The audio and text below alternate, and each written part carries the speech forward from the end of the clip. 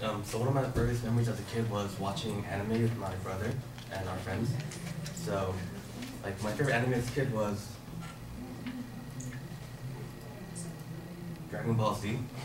You know, if you're born in the 90s like I was, then you've probably seen it like somewhere before. And you know, ever since that, I've had a big interest in anime. I still watch it to this day. You know, I've seen several in my life. I've talked about them with my friends, so it's been a lot of fun just talking about that. And today I want to review for you the history of the popular form of entertainment known as anime. So you probably all know what anime is, but for those of you who don't, it's a form of like televised animation that's shot in Japan. It's one of their most famous traits of the country, and it's a huge export to worldwide. Yeah, so I've been watching anime my whole life. I talk about it with friends or online, and I keep up with news, so I'm pretty excited to talk about it too in my class. So, so I'm going over histories, and so my organization is chronological, and I'll be starting from the very beginning of anime in Japan and how it has developed over the past century, and I'll end with the place it has today in modern culture.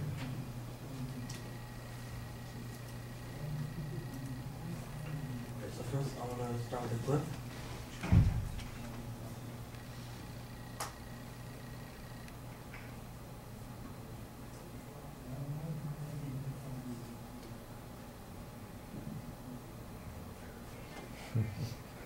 So this is one of the earliest known forms of animation from Japan.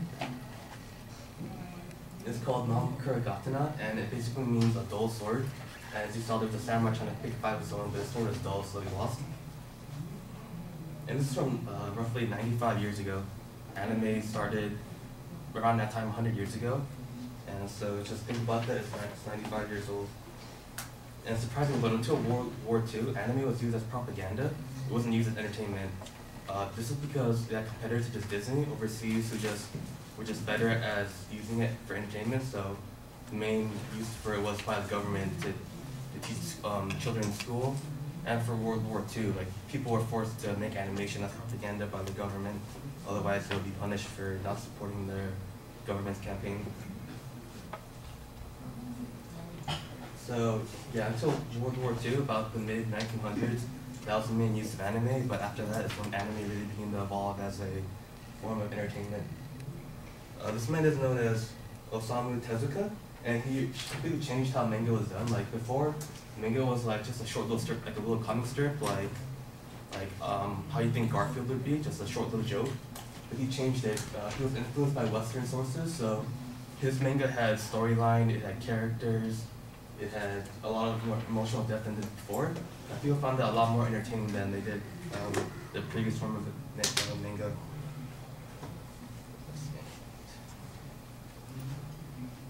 So, actually, Tezuka Osamu, he was known as the god of manga, and he's attributed by many for changing how manga and anime was done. Fred Patton, a prominent writer in the anime magazine world, states that if it wasn't for him, like there might not even be like the whole anime culture in the world. Anime actually became popular in the late 20th century. Like it became famous worldwide through television. Astro Boy, one of his famous works, was televised worldwide immediately after it appeared in Japan because it was so popular. And another well-known person who contributed to the anime industry was Hayao Miyazaki. Miyazaki has been called by Ethan Sachs of the New York Times as the Walt Disney of Japan, and it's like a sentiment that's really agreed by the rest of the world.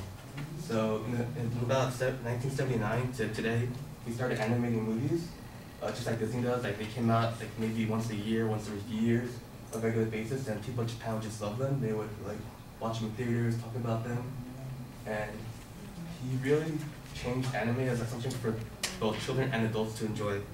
He has a quote right here: "If someone different at age 18 or 60, I believe one stays the same."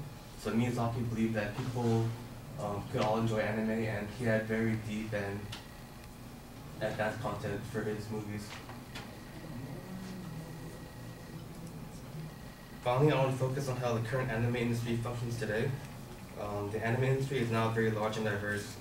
So a lot of effort goes into anime. Like you need to get the rights from, say, a manga or a video game to produce it as an anime.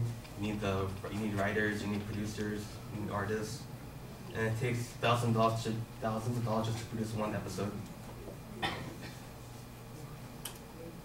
So one of like the biggest marks of anime that comes from manga, like popular manga converted into anime, and like they also changed too. So if you see right here, it kind of resembles a swastika, which is not on purpose because it means something else in Japan.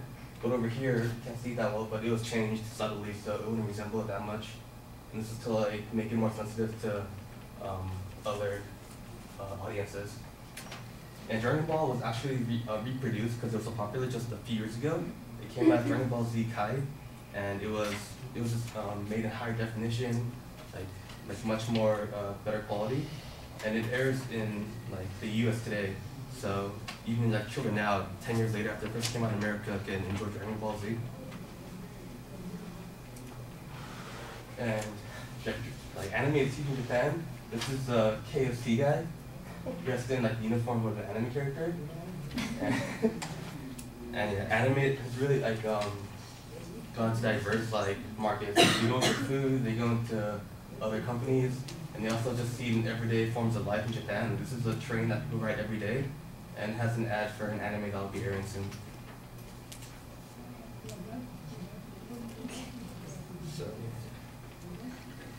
So yeah, last thing I'll talk about are anime conventions. Anime conventions are held worldwide. Different fans of anime to gather to meet up because these people just talk online and like they really want to meet in person to share their love of anime. And we're actually pretty lucky to live here if you love anime because in LA every year Anime Expo is held, and Anime Expo is the biggest anime convention held in the US, and it's held here annually, so we live about half an hour away from it. And here are a few pictures. Like there are 1,000 people that come every year. People that cosplay spend like hours and hundreds of dollars to make their own outfits. And of course, you can buy like a very wide selection of anime goods. So to summarize, like today I've gone over the history of anime from its very beginning in the early 1900s as a tool of propaganda, and how it has developed over time into a form of entertainment that's become recognized worldwide. And I hope that your interest in anime has been piqued from this presentation, and I recommend that you give anime a try if you have not. My anime list, a recognized anime encyclopedia online, has over 14,000 different animes in its database, so I'm pretty sure that you'll find something that suits your kind of taste. Yeah.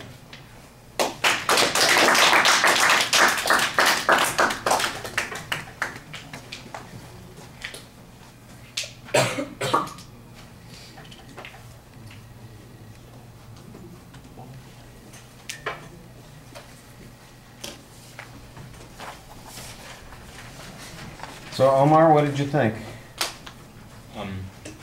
That intro was very good, and throughout the whole speech, pretty much stayed on topic, had good visuals, and it was very clear in what he was trying to propose to us. That's it. Okay. Thin but efficient. All right. I thought that the introduction worked really well. I like the first-person kind of experience that you're sharing with us. That gives you a little bit of credibility, and we get some sense of excitement that's going on there in your voice when you reveal the topic. I thought that worked pretty well. You had an excellent thesis statement, so I knew exactly where you were going. The preview is okay. I think you're telling us what the organizational structure is. I'm going to give you a chronological kind of view of this. I think you don't need to say that, but the steps that you were going to talk about, I think, would make a little bit more sense. For instance, talk about its origins 95 years ago, talk about the period of time when it was used as propaganda, talk about the period of time when it exploded as a form of entertainment, and then talk about how it is developed today. That would be maybe the structure of the speech. I don't know if I have it exactly right, but that's kind of the way it is. Yeah. So you've got some dividing points there. I didn't think the transitions between those points were always as smooth as they could be, but it was organized chronologically and pretty easy to follow. You had some good information there. I think the section where you talked about it being used as propaganda was really interesting. I could have used some source citations on that, and I would have liked to see maybe some a clip of how it was used either in education, which is, those things are probably available. I don't know about if the propaganda stuff is available any place, you know, from the war. That might have been interesting to see how it was being used to motivate people, because you're talking about how during the wartime, Japan was at war in most of the 30s. You know, they didn't get to war with the United States until 1941, but they were at war in most of the 1930s, and I assume that that's part of when the propaganda was being used as well. So there ought to be some examples or illustrations, even if it's just a picture or something, so we could see how they used it as propaganda. Because I'm trying to visualize, anime characters, Dragon Ball Z kicking the Chinese butt in China, or flying a bombing mission or something like that over the United States. I don't know what it entails, and I was kind of interested in that. You whetted my interest for that, and I don't think it got developed. But the clips that you did have, I did like the old clip that you showed us as a way of talking about how this whole concept originated. I thought that was fine. You mostly showed us visual images in the presentation. So it's, unanimated anime. We're mostly getting, just the shots of the paintings or the pictures there. And I assume that most people have probably seen some of this. But one of the things that might be interesting would be to talk about what is stylistically different about anime from other forms of animation. For instance, there's probably something characteristic about how the figures move, or the way they're drawn, or the colors that are used, or something like that. And I'm sure there's scholars who have written about that. I like the review of the two seminal characters, or anime giants that you talked about. I thought that you introduced them a reasonable amount, maybe a little bit more information on those points, but again, you've got a lot that you're trying to cover, so it all worked pretty well. I thought that you had a very good summary and exit line also. I think you have, the sheets are a little big, and they're a little distracting while you're holding them while you're talking. And also, this is a subject you're supposed to know about, that you're talking about. It seems like you're a little more dependent on those than you ought to be. You should look at us as all your friends that you talk to about anime, and I think, if you treat it that way, you'd feel a little bit self-conscious. All right, thank you.